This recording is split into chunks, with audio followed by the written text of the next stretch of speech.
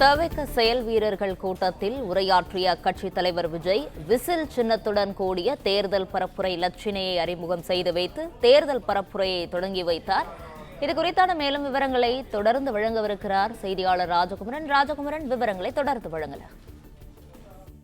இன்று நடைபெற்ற இந்த செயல் வீரர்கள் கூட்டத்தின் மூலமாக 2026 அதாவது இன்னும் 2 மாதங்களில் தமிழ்நாடு எதிர்கொள்ள இருக்கின்ற சட்டப்பேரவை தேர்தலுக்கு முழு அளவிலே தமிழக வெற்றிக் கழகம் தயாராகிவிட்டது என்றும், தேர்தல் சின்னத்தை உங்கள் கையில் கொடுத்திருக்கின்றேன், ஊர் ஊராக சென்று மக்களை சந்தித்து இந்த சின்னத்திற்கான வாக்குகளை கேட்க வேண்டியது உங்களுடைய பணி என்பதை நிர்வாகிகளுக்கு விஜய் உணர்த்தி இருக்கின்றார். தமிழக வெற்றிக் கழகத்தின் சார்பில் விசில் சின்னத்தை பெற்றதை இன்று ஒரு வெற்றி விழாவாக கூட கொண்டாடி இருக்கின்றார்கள் என்று பார்க்கலாம். ஏனென்றால் இன்று நடைபெற்ற செயல் வீரர்கள் கூட்டத்திலே தமிழக வெற்றிக் கழகத்தினுடைய நிர்வாகிகளுக்கு மிகப்பெரிய உற்சாகம் தரக்கூடிய ஒன்றாக இருந்தது இந்த விசில் சின்னம் கிடைத்திருப்பதுதான். சின்னம் கிடைத்த பிறகு விஜய் நடத்தக்கூடிய முதல் அரசியல் கூட்டம் என்பதன் காரணமாக தாவேகாவினுடைய நிர்வாகிகள் அனைவருமே கிட்டத்தட்ட 2000க்கும் மேற்பட்டவர்கள் வந்தார்கள். அனைவருடைய கழுத்துகளிலும் விசில் சின்னம் ஒன்று விசில் இடம்பெற்றிருந்தது. அனைவருமே அந்த கூட்டம் நடைபெறும் பொழுது தொடர்ந்து விசில் ஊதி தங்களுடைய ஆரவாரத்தை வெளிப்படுத்திய வண்ணமாக இருந்தார்கள். எனவே சின்னம் கிடைத்ததற்கான ஒரு வெற்றி விழாவாக இன்றைய செயல் வீரர்கள் கூட்டத்தை தமிழக வெற்றிக் கழகம்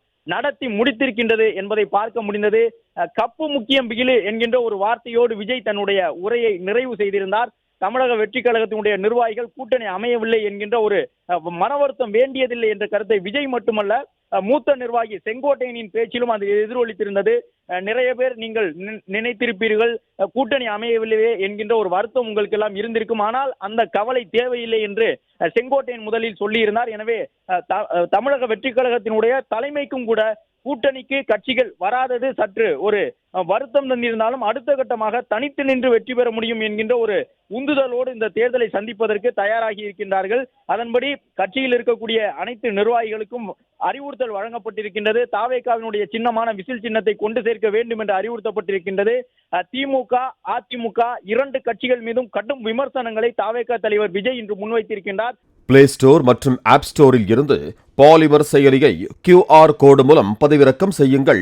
செய்திகளை உடனுக்குடன் பெறுங்கள்.